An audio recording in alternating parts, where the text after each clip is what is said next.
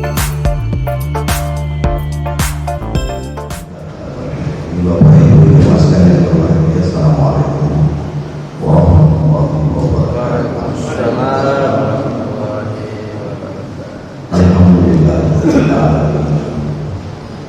alhamdulillahil qail wa innaka la'ala khuluqin 'azim. Asyhadu an la ilaha illallah wahdahu wa anna Muhammadan 'abduhu wa rasuluhu la nabiyya ba'dahu. Wassalatu wassalamu ala khairi khalqillah Muhammadin wa ala alihi wa sahbihi wa man wala.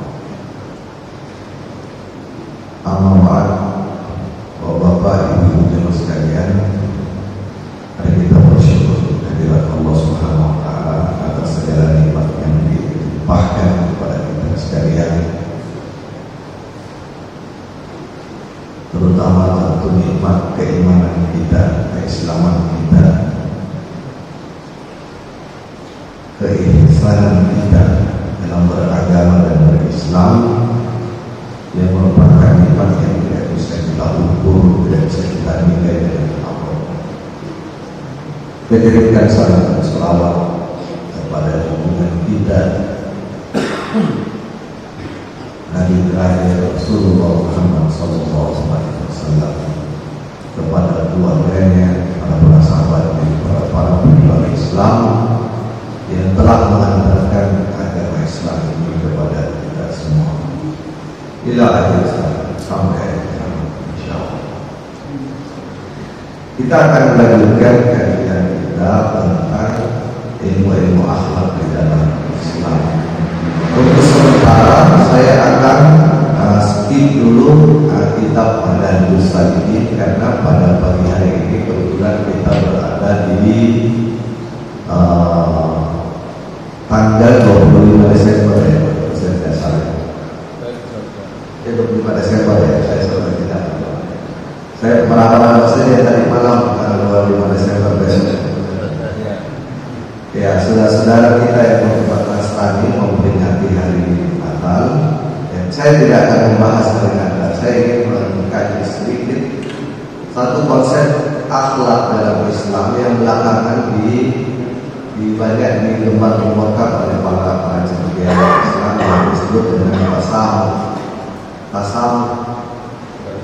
Ya, sebenarnya dulu ini tidak terlalu sering disebut-sebut ya, baru mungkin beberapa tahun terakhir ya, 10 tahun terakhir mungkin banyak sampaikan tentang tasawuf. Mungkin setelah Islamophobia berkembang di banyak negara, terus para cendekiawan berpikir ajaran tasawuf ini penting disampaikan. Mungkin ya, saya tidak perlu mendalami, tapi ini tentu bagian dari ajaran ilmu akhlak kalau kita lihat apa yang disebut dengan tasawuf. Sebenarnya dalam Al-Quran tidak ada kata tasawuf. Ya, cuma nanti kita lihat beberapa ayat-ayat Al-Quran yang berbicara terkait dengan ajaran tasawuf. Ada satu hadis dalam kitab Bukhari sebenarnya disering dikunjungi oleh para kaum muslimin. Sebuah hadis yang diriwayatkan oleh Ibnu Abbas. Hadis dari Abbas qala ila Rasulillah sallallahu alaihi wasallam ayyul adiyana ahabbu ila Allah. Jadi para sahabat kata Ibnu Abbas bertanya kepada Rasulullah, agama apakah yang paling dicintai oleh Allah Subhanahu wa taala? Seperti apa agama yang paling dicintai oleh Allah Subhanahu wa taala?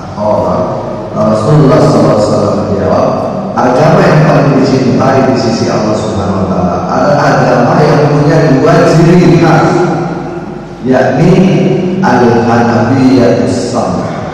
Al-hanafiyatus samah. Jadi agama yang paling dicintai di sisi Allah adalah agama yang punya dua ciri khas. Ciri khas yang pertama adalah agama yang al-hanafiyah, dan yang kedua adalah as-samah. Nah, samah ini lain satu akar kata dengan tasawuf. As-samah, tasawuf. Gelar hanafiyah kita sudah dengar semua. Saya kira menarik hadis itu ya, dan saya kira maksud daripada cendekiawan Islam di seluruh dunia mengangkat itu juga bagus. harus kita jaga dari dua sisi ini. Jadi dari sisi dalam diri kita itu harus hanif, agama itu harus hanif lurus, nggak ada campur baurnya Allah Subhanahu Wa Taala dalam diri kita. Orang yang berislam itu adalah orang yang dalam dirinya itu hanya Allah Subhanahu Wa Taala, dalam kalbunya hanya Allah Subhanahu Wa Taala. Seharusnya orang seperti itu berislam seperti itu. Puncak perjalanan kita berislam itu ketika nanti tidak ada lagi selain Allah Subhanahu Wa Taala dalam diri kita, dalam kalbu kita. Tauhid itu ya ujungnya ketika orang tidak ada lagi dalam kalbunya kecuali Allah Subhanahu Wa Taala. Syirik atau orang yang musyrik yang bertentangan dengan itu ketika masih menyimpan sesuatu selain Allah Subhanahu Wa Taala dalam kalbunya, yaitu akan mengarah kepada syirik dan dia mengarah kepada musyrik. Seperti Nabi katakan bahwa syirik itu bisa dalam bentuk yang sangat halus sekali, halus sekali, seperti orang berjalan di malam gelap gulita di atas jalan yang sangat sempit. Seperti itu gambaran Rasulullah mengenai syirik itu. Ya, tapi itulah tujuan berislam sesungguhnya itu hanya ini wajah wajibiyah dari fatar samawati wal ardi hanifan musliman wa ma'ana minal musyrikin. Ya, itu agama yang paling dicintai Allah, agama yang membawa orang pemeluk itu menjadi seorang yang hanif, benar-benar yang ada di dunia ini Allah Subhanahu. Jadi sebenarnya di dunia ini harta, kedudukan, bahkan anak istri tidak boleh dikasih kepada kalbu. Harta ya kalau di kertas saja, di apa namanya, di dokumen saja. Ya. Kekuasaan ya taruh saja di SK pengangkatan, nggak boleh ada di dalam kalbu. Anak istri taruh di sertifikat saja, yang boleh di kalbu. Dan istri tidak cemburu kalau kita bilang saya hanya mengenal Allah dalam kalbu. Istri itu kan cemburunya kalau kita sama perempuan lain, tapi kalau sama Allah dia nggak cemburu. Dia nggak cemburu. Paling tidak kita bilang engkau adalah yang kedua setelah Allah Subhanahu Wa Taala. Dia terserah istri. Suami juga begitu.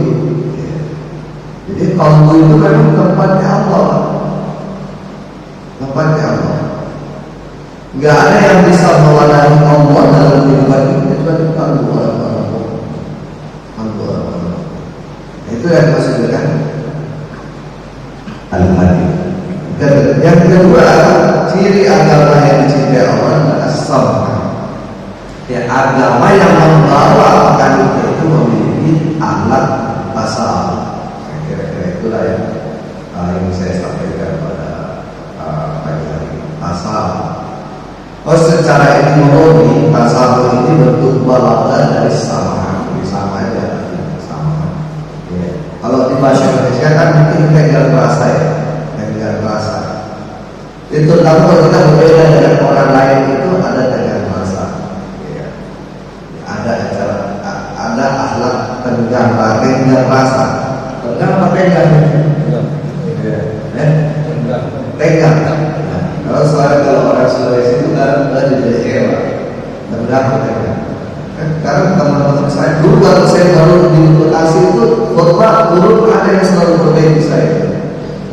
Udah meninggal itu Ustaz Sabri dari pesantren Anur sini dia di Quran. Saya habis khotbah guru kan perbaiki lagi. Pak ini salah tadi itu. Kami terima kasih Ustaz. Dan perbaiki. Kalau kita di timur itu dan X kita khas. Jadi dengan rasa itu mungkin sama dengan toleransi. Kalau dengan rasa toleransi, rasa itu sama padanannya kira-kira seperti itu. Tapi kalau kita buka kamus bahasa Arab seperti lisanul Arab, itu padanannya tasawuf dia dengan yang kata azud. Azud itu tidak mawar. Karena hanya orang yang mawar yang punya dengan rasa itu. Kalau orang lain susah dengan rasa. Kita satu dengan kata azud. Saat sadar artinya selalu berlapang dada. Ya. dekat dengan tasawuf. Kemudian tasawuf itu artinya ramah, ya, ya, murah hati, tasawuf ya, ramah. Jadi dia enggak, ya ramah. Nah itu tasawuf dekat dengan kalian. Nah kalau para ulama cendekiawan tadi, tasawuf itu adalah sikap akhlak yang terpuji yang diajarkan Islam dalam bergaul, di mana ada rasa saling menghargai antar sesama manusia dalam batas-batas yang dibolehkan oleh syariat Islam. Jadi saling menghargai perbedaan dalam batas-batas yang dibolehkan oleh syariat Islam. Itulah. Nah kalau sampai di situ saya kira kita semua sepakat ya bahwa tasawuf ini adalah ajaran akhlak yang sangat mulia. Ya. Oke. Ada ini nggak Pak ya? Colokan apa? Saya lupa saya.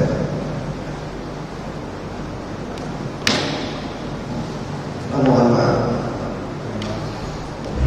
Jadi tasawuf itu kurang lebih seperti itu pengertiannya. Nah sampai di situ saya kira kita semua sepakat ya bahwa kalau seperti itu maka apa yang disampaikan oleh para cendekiawan tersebut oke saja, baik-baik saja, dan itu adalah ajaran Islam seperti itu. Nah, kenapa saya sampaikan di momentum akhir tahun dan Natal? Karena kadang orang memperdebatkan masalah seperti itu. Natal itu sebenarnya kalau saya baca dari sejarah tidak diperingati sejak awal ya.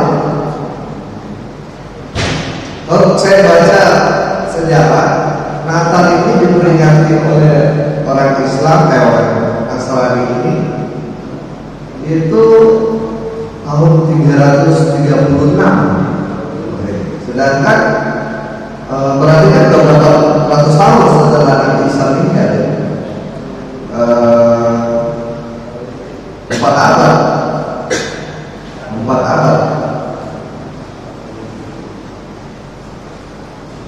Oh nggak mau nih Ustaz Fahmi.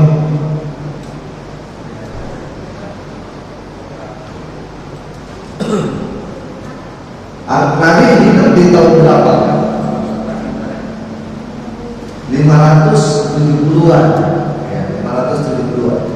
Jadi umat Nasrani di Madinah itu tak ada peringatan Natal. Jadi kalau mau cari dalilnya Nabi bolehkah ikut Natal atau tidak? Ada orang di Madinah, orang Nasrani tidak Natalan. Ini Natalan itu orang Eropa jauh sekali di masa Romawi di tahun 300-an. Waktu Romawi menjadikan agama Nasrani sebagai agama resmi kerajaan. Jadi ini Natal itu sangat politik. Kapan mulai Natal menyebar? Tahun 1100-an baru menyebar di Eropa, orang menyelenggarakan Natal 1100-an. Sampai tahun 1500-an ketika terjadi Renaissance di Eropa, Natal ngalah di mana-mana. Tapi tahun 1600 ketika gerakan Protestantisme merebak di Inggris dan Jerman, dan di Inggris penguasa saat itu sangat dekat dengan Protestan, itu mengharapkan pernikahan Natal. Mungkin tidak banyak orang tahu kalau kerajaan Inggris di abad ke-16 itu mengharapkan pernikahan Natal, karena menganggap Natal itu bukan ajaran Nasrani, dia kebiasaan adat istiadat saja. Tapi nggak bisa dibendung. Ya namanya peringatan itu nggak bisa dibendung, karena di situ ada emosi. Ya ada emosi, ada kesenangan, ada emosional, nggak bisa dibendung. Bahkan berkembang sangat pesat tahun 1800-an. 1800-an sudah mulai keluar dari Eropa, dan tahun 1900 Natal sudah tidak bisa dipisahkan dari bisnis. Kalau sudah tidak bisa dipisahkan dari bisnis, itu nggak bisa lagi dihentikan. Ya.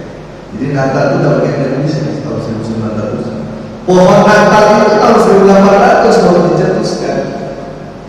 Ya.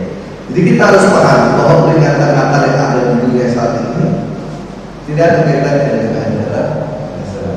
Itu bagian dari adat istiadat kebiasaan masyarakat saling berbagi, saling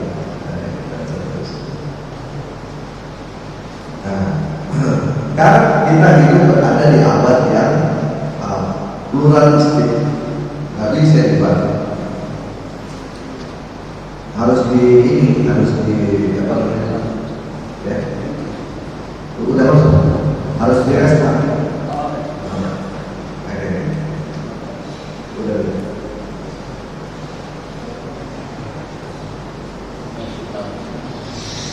Apa sih saya baca ya?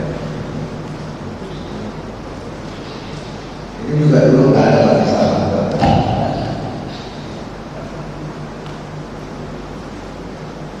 Jadi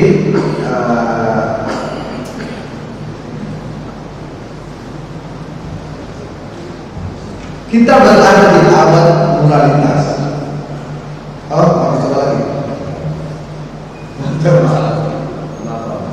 Oh, nggak pakai ya.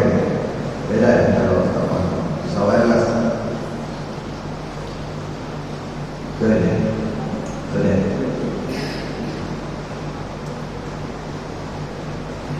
Terus,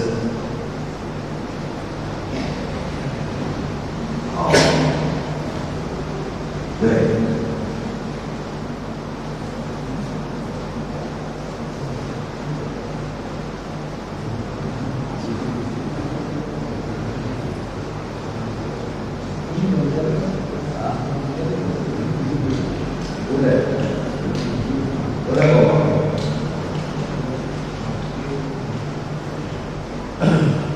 Mesinnya ada.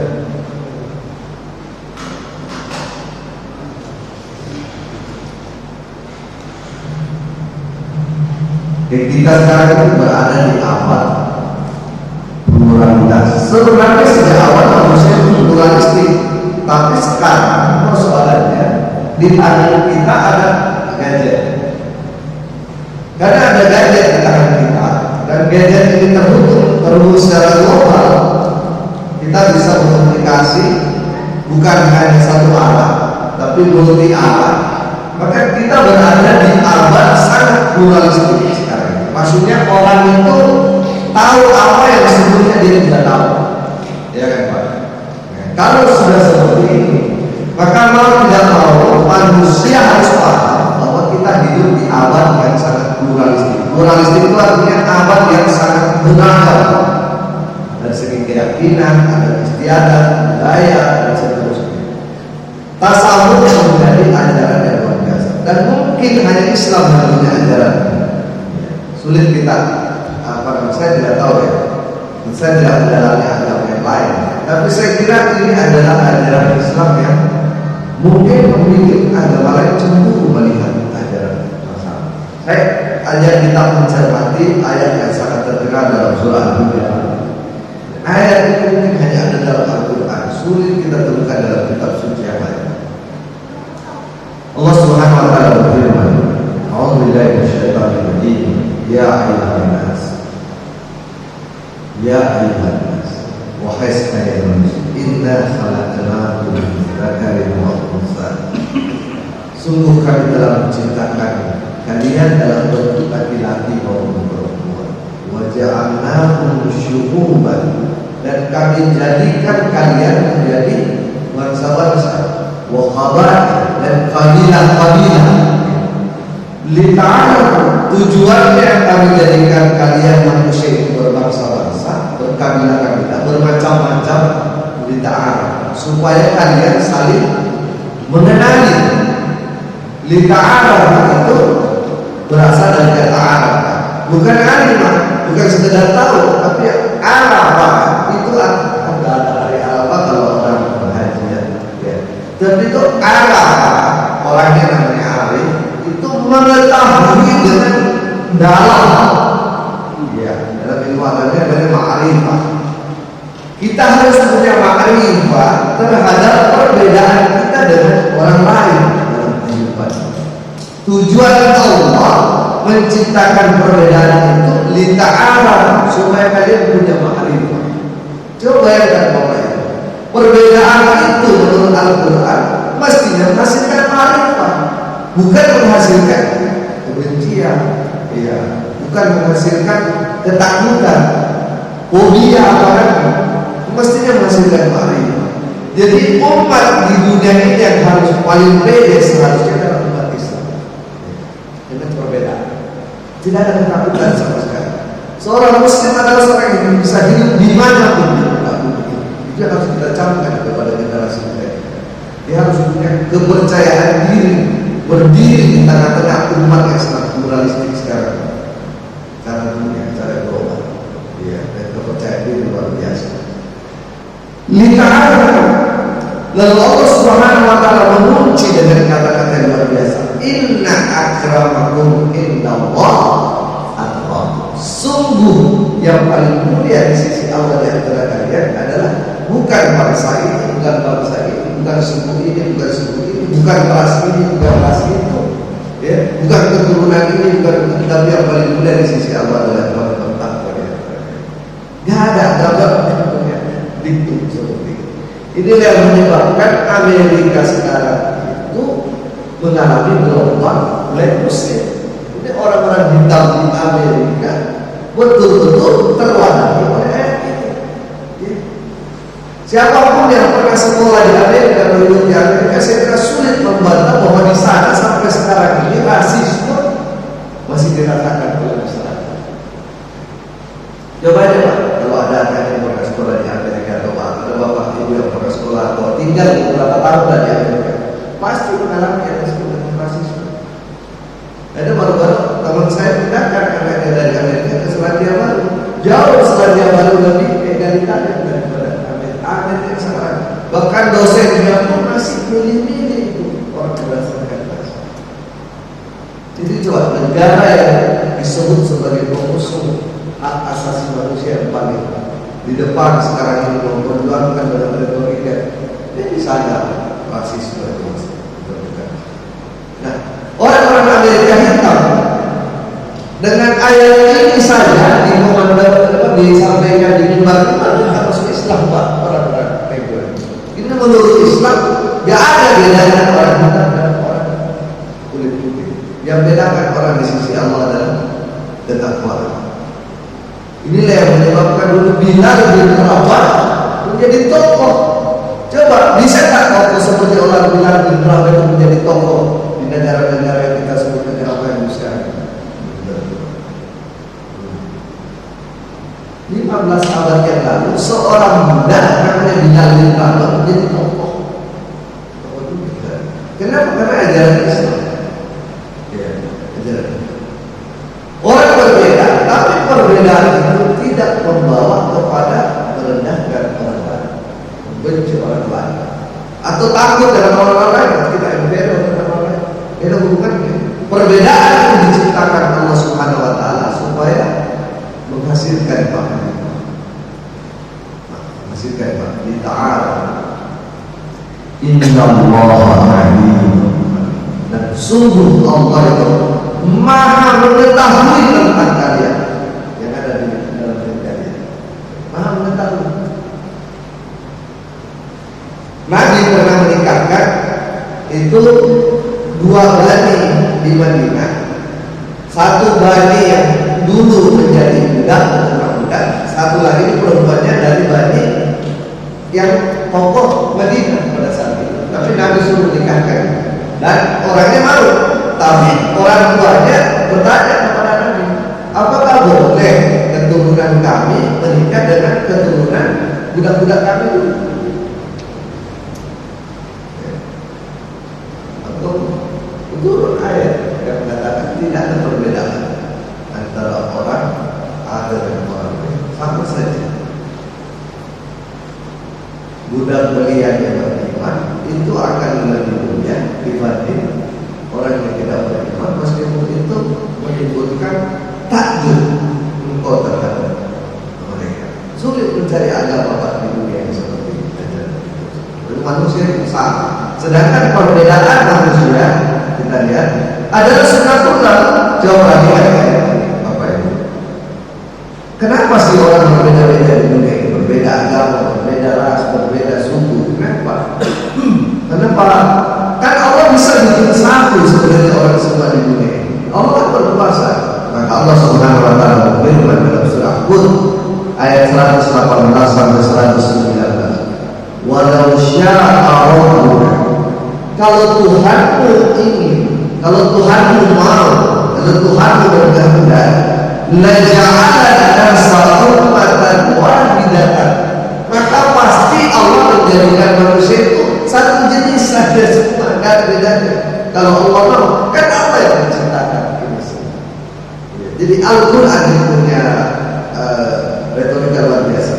Kalau Allah ingin, kalau Allah mau, Allah menjadikan manusia semuanya ummatan wahidatan. Gak ada orang kulit putih, gak ada orang kulit hitam, gak ada orang kulit kuning, gak ada rambut lurus, gak ada rambut keriting, gak ada agama A, gak ada agama C, gak ada agama B. Allah jadikan semua satu sendiri kalau Allah. Tapi Allah tidak mau. Allah tidak mau. Wala yazaluna mukhtalifin. Dan Allah membiarkan orang-orang di seluruh muka bumi ini terus-menerus ikhtilaf, berbeda dalam keyakinan. Allah sengaja membiarkan orang berbeda dalam pendapat, berbeda dalam keyakinan. Ini tanggung jawab masing-masing ke setiap orang. Illa man rahimah, kecuali siapa-siapa atau barang siapa yang mendapatkan rahmat dari Tuhan. Jadi kalau ada orang yang selamat dari perpecahan karena perbedaan ini, ya itulah orang yang mendapatkan rahmat dari Allah Subhanahu wa taala. Berbeda bagi dia, saat itu sunatullah, tapi dia tidak menyebabkan dirinya rusak karena perbedaan. Dia tetap apa tadi? Agama yang diajarkan tetap hadir, tetap dia hadir, dan kepada orang lain tetap dia tersambung. Dan agama yang paling dicintai Allah itu ke dirinya dia tetap lurus, ya. Hidup di manapun, di perbedaan apa dia tidak berubah, dia tetap hadir. Tetapi ke orang dia tetap tersambung, dia toleran, tengah rasa, berlapang dada. Jadi keluar dia tersambung, ke dalam dia tidak kalau berubah. Hanya Allah yang ada dalam diri dia tetap hadir. Ya. Itulah orang yang mendapatkan rahmat dari Allah Subhanahu wa taala. Dan itulah tujuannya kalian diciptakan. Justru kalau kalian diciptakan satu jenis yang tidak kelihatan mana emas mana perak, nggak kelihatan mana orang yang patut diberi surga, mana orang yang tidak patut diberi surga, nggak kelihatan. Jadi dia tidak kelihatan, tidak terpuji dia dalam hidup. Kalau orang kuat agamanya karena semua orang sekitarnya kuat agama, ya itu memang biasa saja. Tapi kalau ada orang yang tetap hadir di tengah orang-orang yang rusak, yang berbeda, ya itu luar biasa itu. Kemudian kalau ada orang yang tasawuf ke orang lain karena memang dia nggak punya pendirian, itu biasa saja. Kesana dia oke, kesini dia oke. Jadi dia memang nggak punya pendirian, itu luar biasa. Tapi kalau ada orang yang tasawuf toleran tapi dia di dalam diri dia punya pendirian, itu orang yang luar biasa. Itulah orang yang diberi rahmat oleh Allah Subhanahu wa taala. Dan untuk itulah kalian semua diciptakan, kata Al-Quran, supaya terpuji mana orang yang hadir dan dalam kehadirannya dia tetap tasawuf. Dan mana orang yang tasawuf tapi dalam ketasawufannya dia tetap hadir, punya prinsip ketika bisa berubah. Wa tammat kalimatu rabbika, dan sudah putus ketetapan Tuhan, la amla anna jahannama minal jinnati wan nasi ajmain, bahwa neraka jahanam akan dipenuhi dengan jin dan manusia. Siapa jin dan manusia yang mau menuju neraka? Yaitu yang rusak gara-gara perbedaan. Ya rusak gara-gara perbedaan. Ada orang gara-gara berbeda rusak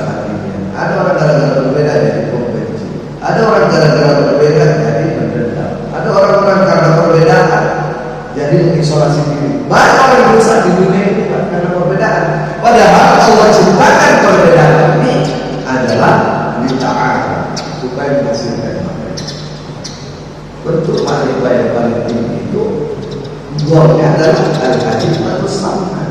Dia orang yang punya prinsip, tapi keluar dia tak salah. Dia keluar dia tak salah. Ya, mudah-mudahan kita bisa menangkap daripada ayat-ayat Al-Quran. Dalam al-iman, Allah juga berfirman seperti itu dalam al-iman. Wa law syaa rabbuka la'amana man fil ardi kulluhum jami'an. Kalau Tuhan mau, beriman semua orang yang ada di bumi ini. Kalau Tuhan mau, iya kan Pak? Allah mau ya beriman semua orang, tapi Allah tidak mau. Allah ingin orang itu sendiri yang ini beriman. Allah ini apa anda tuh nasahata yang ini mana? Apakah engkau mau memaksa orang ini supaya masuk menjadi orang yang beriman? Nabi dituduh Muhammad, apa engkau diutus untuk memaksa mereka menjadi orang beriman? Wa ma kana li nafsin an tu'mina illa bi idznillah. Tidak ada orang yang beriman kecuali dengan izin Allah. Tapi siapa yang diizinkan oleh Allah? Wa yaj'alu lisanan ladzina la ya'lamun. Allah timpakan kotoran terhadap orang-orang yang tidak menggunakan akal. Beriman itu adalah siapa yang menggunakan akal dan tidak menggunakan akal. Allah ingin tahu siapa anak cucu Adam yang pakai itu akalnya, siapa yang tidak pakai akal. Yang pakai akalnya dengan benar pasti beriman. Yang tidak pakai akalnya dengan benar tidak beriman kepada dia. Jadi Allah sengaja tidak ingin beriman semua orang yang tak beriman. Jadi Allah biarkan anak cucu Adam itu memilih keimanan. Logika Al-Quran itu sulit ditandingi Bapak Ibu. Ini sebabnya sekarang berbondong-bondong masuk Islam. Terus kita dengar kemarin di jalan dunia kantor katanya banyak orang masuk Islam. Ya, katanya. Saya juga cek. Tapi katanya itu juga benar kita ya. Jadi kalau saya termasuk orang yang optimistik bahwa masa depan dunia ini adalah masa depan Islam. Terus terang saya tidak terlalu suka mengutip hadis yang mengatakan bahwa di akhir zaman itu Islam itu asing dan menjadi minoritas. Menurut saya itu tahapan antara tahapan ujungnya Islam lah yang menjadi mayoritas. Idza jaa nasrullahi wal fath wa ra'aitan nasa yadkhuluna fi dinillahi afwaja wasabbih bihamdi rabbika. Ayat ini termasuk ayat-ayat yang terakhir dulu yang mengatakan bahwa kelak orang akan berbondong-bondong masuk ke dalam agama Allah. Itu yang kita nantikan dan itu yang kita yakini sebagai seorang muslim. Jangan meyakini Islam akan terpencil, Islam akan dikucilkan, Islam akan disisihkan, orang tidak tertarik. Ya kalau Islam yang disampaikan dia tidak benar ya. Tapi selama Quran yang disampaikan sulit orang percaya. Logika pemikiran manusia berevolusi ke tahap sempurna, tahap di mana persis dia sama dengan logika. Nah ini ya. Jadi Al-Quran seperti itu. Wa ma kana li nafsin an tu'mina illa bi'idznillah wa yaj'alu lisanan ladzina la ya'lamun. Sengaja Allah Subhanahu wa taala biarkan manusia itu mana yang mau pakai akalnya sehat itu, ada yang tidak. Kalau dia pakai akalnya sehat, pasti beriman dia. Kalau tidak, dia tidak. Jadi, tapi awalnya kalau Allah mau beriman semua ya bisa. Ya namanya Allah Maha Kuasa. Nah, jadi tasawuf tidak ada kaitannya dengan mengaburkan ajaran Islam. Kita selalu bersikap toleran dengan rasa menerima perbedaan, tapi tidak berubah keyakinan.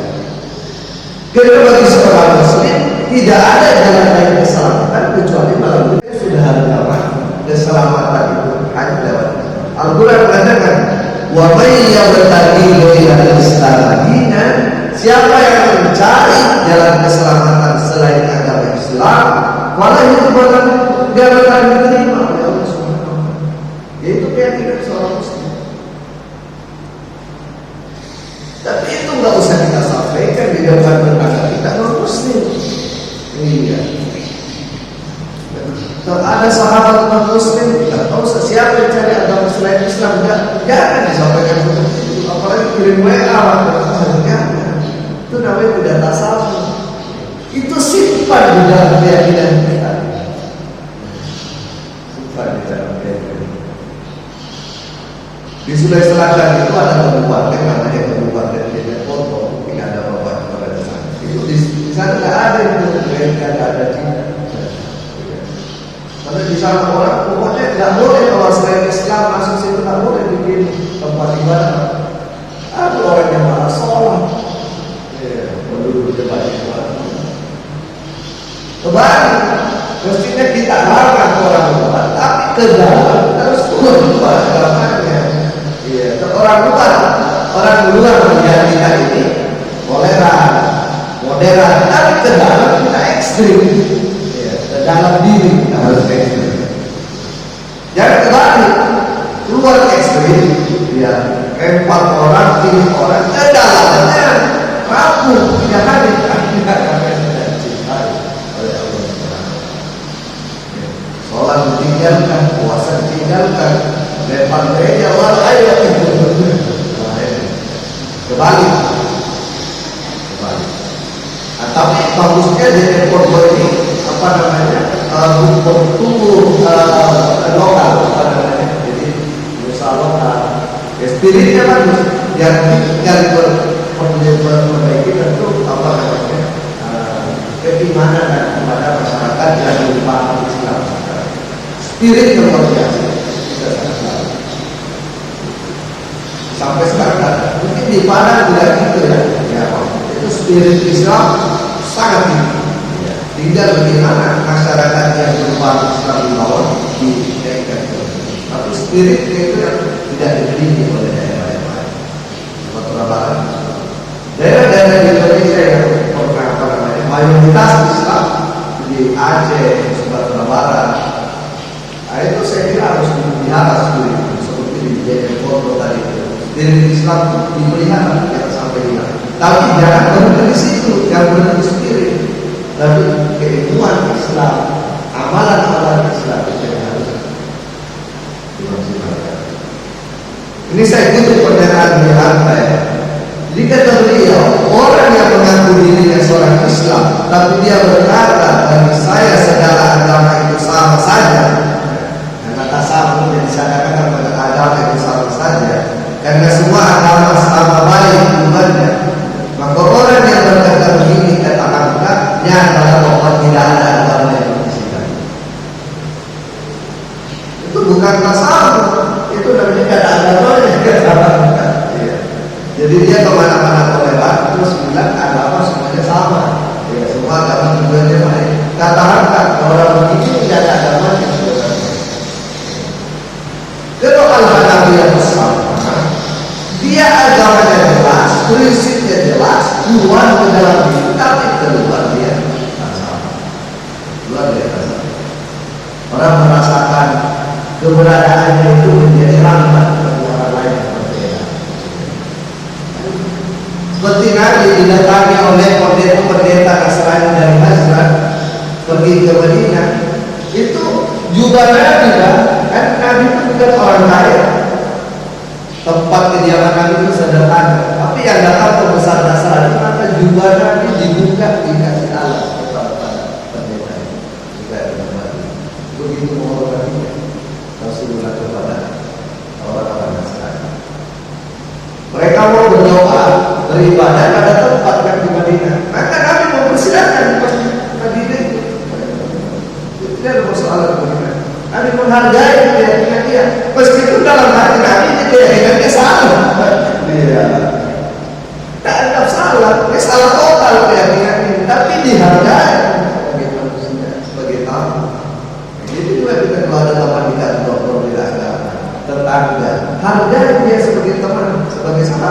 Apalagi kalau dari kecil Pak, bersahabat dengan Muslim. Gara-gara dengar sekali secara satu kali ceramah langsung kita musuhan Pak. Ya nggak benar. Kan ada orang kantor macam-macam ada yang kantor. Kalau yang seragam tinggal di daerah yang seragam nggak masalah, yang beragam. Jadi harus punya sikap sama. Tapi dalam diri nggak boleh ada perubahan. Harus saling, harus kuat. Mau tinggal di mana? Saat ini kita tinggal di satu negara yang Islam hanya kita sendiri, ya itu harus ada. Mungkin anak-anak kita kadang pergi sekolah kemana. Tapi sekarang sulit cari negara di dunia yang tidak ada komunitas Muslim. Hampir semua sudah. Mungkin zaman dulu. Pelosok Cina di mana pedalaman nggak ada. Ya itu harus ada. Nggak apa-apa orang lain lihat kita udah ini orang udah beda agama. Nggak apa-apa itu orang sama orang lain. Tapi dalam diri itu dia tidak boleh.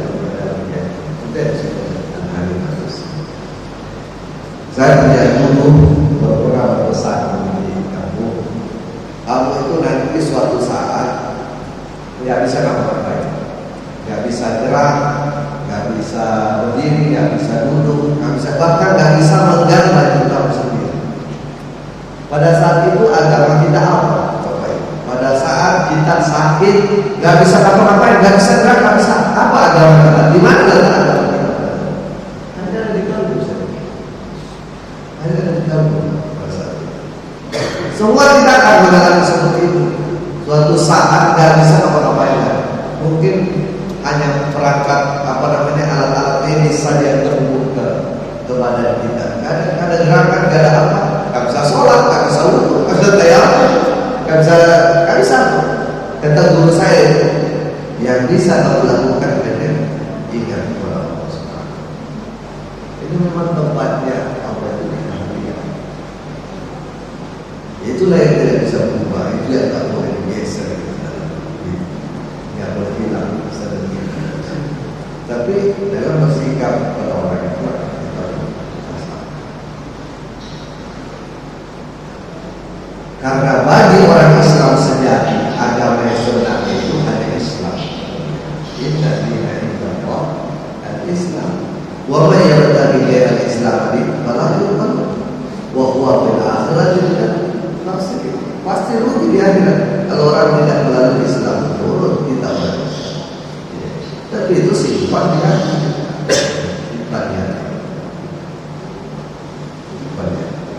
Kita bergaul biasa saja.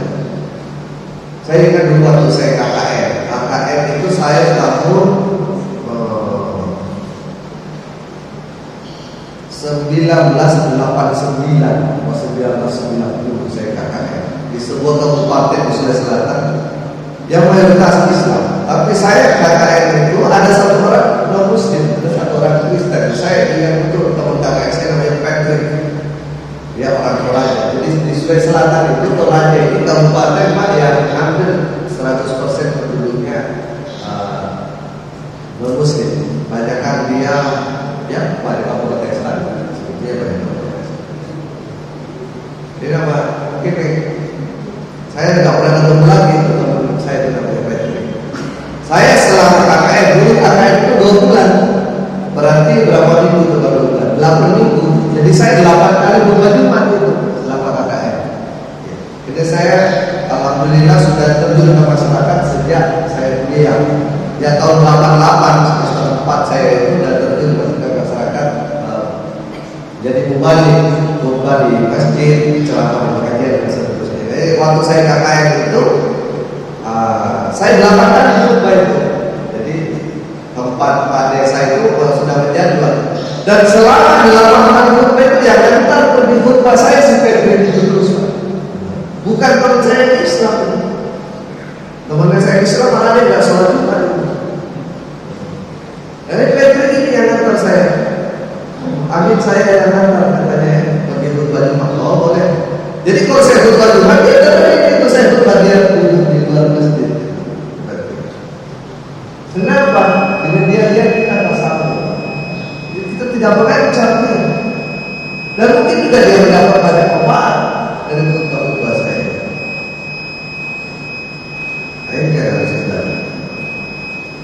Dan apapun yang kita sampaikan, dia tidak akan kecuali dia tidak ada rasa curiga, tidak ada persoalan.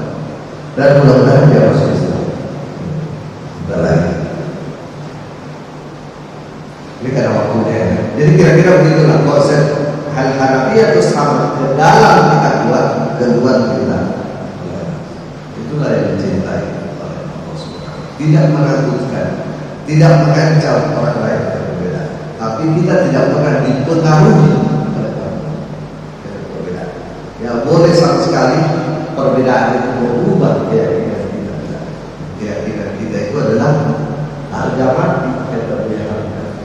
Agama sejati itu adalah hanya Islam yang kita yakini. Dan tidak boleh kita mencela orang karena berbeda dengan kita. Itu Al-Quran mengatakan begitu, Pak. Wala tasubbu alladziina yad'uuna min dunillahi wa yasubbu Allaha adwan bighairi ilmi. Jangan sekali-sekali kau mencela apa yang disembah oleh orang lain. Jangan celah sesembahan orang lain kata Al-Quran. Jangan ejek sesembahan orang lain kata Al-Quran. Karena itu akan menjadi sebab mereka akan mengejek Allah Subhanahu wa taala tanpa ilmu. Jangan sekali-sekali hormati mereka. Ya, mau nyembah pakai apa? Ini ayat dulu. Gara-gara para sahabat Nabi ngejek itu padu-padu. Ngejek padu-padu. Jangan kamu celah apa yang mereka sembah. Nanti mereka mencela Allah yang kamu sembah, karena mereka tidak punya ilmu tentang Al-Quran. Kadzalika zayyana likulli ummatin amalahum. Begitulah Allah menjadikan perhiasan masing-masing orang beribadah. Dianggap saja itu hiasan Allah, hiasan hidup ini orang macam-macam cara beribadahnya. Oh ya beribadahnya begitu ya. Tapi dalam hal kita salah itu. Ya, enggak ya. Rumah ila rabbihim marji'uhum. Toh semuanya nanti kepada Tuhan kita akan kembalikan kita kekalian ini. Wa yunabbi'uhum bima kanu ya'malun. Lalu Allah nanti di akhirat menjelaskan, ini apa yang kamu sembah itu begini, ini yang kamu sembah itu. Allah nanti menjelaskan di akhirat. Ya, enggak usah kita. Enggak usah kita ya. Salah-salahin orang. Toh mereka punya akal sendiri. Nah, sekarang ini akhlak Al-Quran itu orang boleh dijaga. Jadi orang saling mencela, saling berdebat berdasarkan pikiran masing-masing. Nah, sekarang pertanyaannya, bagaimana kalau mereka yang mengejek kita, mendebat kita? Al-Quran mengatakan, kalau mereka berdebat, mengeluarkan hujah, mengkritik agama Muhammad, Fakul aslam tuwajihilillah. Aku tetap Islam kepada Allah Subhanahu wa ta'ala. Wajihilillahi wa manittaba'ani. Ya, juga orang-orang yang mengikuti aku, ya, ada tetap berislam. Maka itu yang kami yakini. Ya. Jadi tak usah murid-muridkan itu sama kalau mereka berdebat. Wa kulli ladina utul kitab wal mu'minina aslamtu. Kalau mereka masih berpegang kepada kitabnya, ya, atau mereka tidak punya ilmu, ada mereka untuk berislam. Ada mereka untuk berislam. Wa in aslamu maka dikatakan. Kalau mereka mau menerima Islam, berarti mereka dapat hidayah. Wa in tawallaw fa inna ma alaikal balagh. Dan Muhammad, kalau mereka tidak mau masuk Islam, maka kamu tugasnya sudah selesai sebagai mubalik, menyampai kepada mereka. Wallahu basirun. Dan Allah Maha melihat dan mengetahui hamba. Jadi tidak ada persoalan. Bapak Ibu sekalian. Nah, yang terakhir sebagai penutup, marilah kita perkenalan Rasulullah SAW. Rasulullah ini sangat toleran. Jadi itu Allah kita.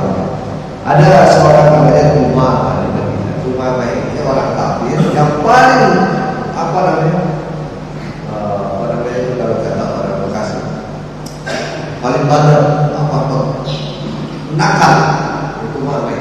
suka dengan orang Islam. Orang Islam di Madinah diganggu terus sama Umamah. Yang mau ke masjid diganggu, mau pergi beribadah diganggu. Pokoknya diganggu orang Islam tidak. Lama-lama Islam tambah kuat di Madinah. Tambah kuat. Nasrani dan Yahudi justru tunduk kepada aturan di agama ini pada saat itu. Tapi Umamah tambah bandel. Ini kan dia udah bandel terus. Nah akhirnya diputuskan Umamah ditangkap lah dia, tangkap, kemudian katakanlah diikat atau ditaruh di satu tempat di penjara, dikurung. Satu pagi datanglah Nabi kepada Umamah. Kata Nabi Umamah, gimana kalau ada Umamah? Kamu mau bebas nggak?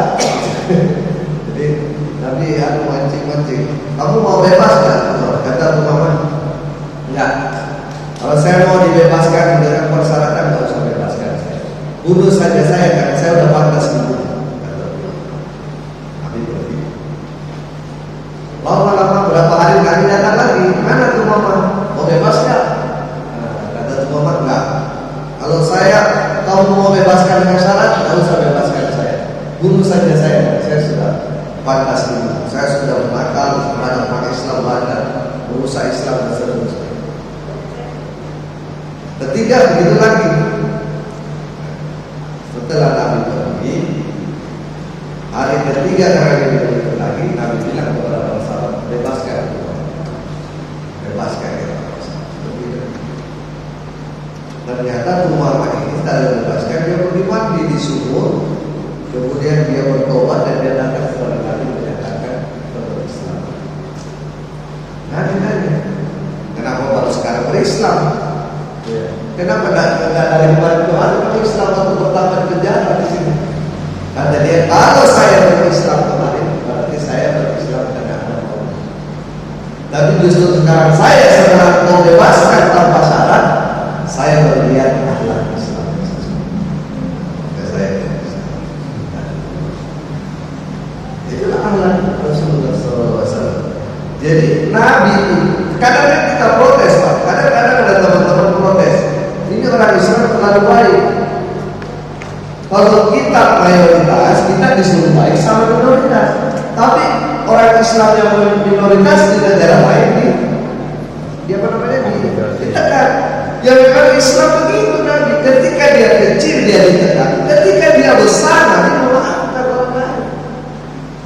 Jadi Nabi ketika dia besar di Madinah dia memaafkan orang lain. Dia datang ke Mekah mengambil alih Mekah. Semua orang yang pernah membunuh Islam di Mekah dimaafkan oleh Nabi. Memang begitu Islam. Kalau dia kecil digenjot, kalau dia besar dia maafkan. Ya itulah akhlak Islam. Dan ketika kita kecil ditekan tidak menyerah. Ya itulah Islam. Tidak boleh menyerah. Makanya kalau bapak pergi ke negara-negara yang minoritas Islam itu kuat-kuat Islam ini. Ya itulah memang Islam itu. Semakin dia minoritas semakin dia kuat. Semakin mayoritas semakin asal. Itu Islam. Bukan kebaliknya. Yang kebalikannya itu yang bukan Islam. Nah, kecuali ini saya jadi la yanfa'ullahu 'anil ladina lam yuqatilukum bid-din wa lam yukhrijukum min diyarikum. Kecuali kalau umat Islam diperangi dan diusir dari kampung halaman, maka saat itu umat Islam dibenarkan untuk memerangi. Kalau kita diperangi, kita harus melawan. Gak boleh takut. Meskipun minoritas, apalagi mayoritas. Jadi perangi atau diusir kita dari kampung halaman. Al-Quran mengatakan umat Islam harus melawan. Tapi selama kita tidak diperangi dan tidak diusir, maka Allah tidak melarang kita berbuat baik. La yanhaqullahu 'anil ladzina lam yuqatilukum fid-din wa lam yukhrijukum min diyarikum an tabarruhum menyampaikan kebaikan terus seperti Nabi berbuat baik kepada mereka, menghormati, berkasih hadiah, kasih apa, tidak ada masalah. Waktu kesitu ilahi dan berbuat adil kepada mereka yang berbeda keyakinan, berbeda agama, berbeda apapun. Inna Allah yuhibbul